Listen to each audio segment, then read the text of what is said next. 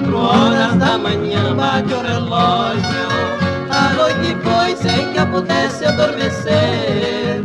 Um novo dia vem surgindo no horizonte. Eu ainda estou chorando por você. É grande a dor que estou sentindo neste instante. Não compreendo porque sofro tanto assim. Meu Deus do céu, eu lhe pergunto por que eu fui gostar de alguém que não gosta de mim.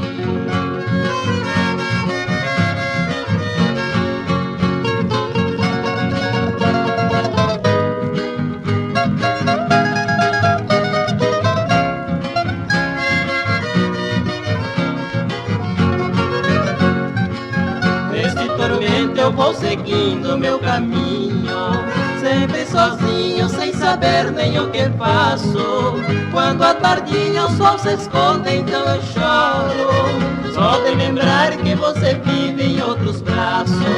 Tarde da noite, no silêncio do meu quarto, as minhas lágrimas me causam desespero.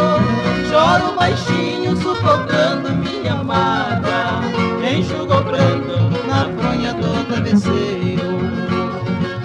Não me conformo de viver assim sofrendo, mas vou seguindo carregando a minha dor.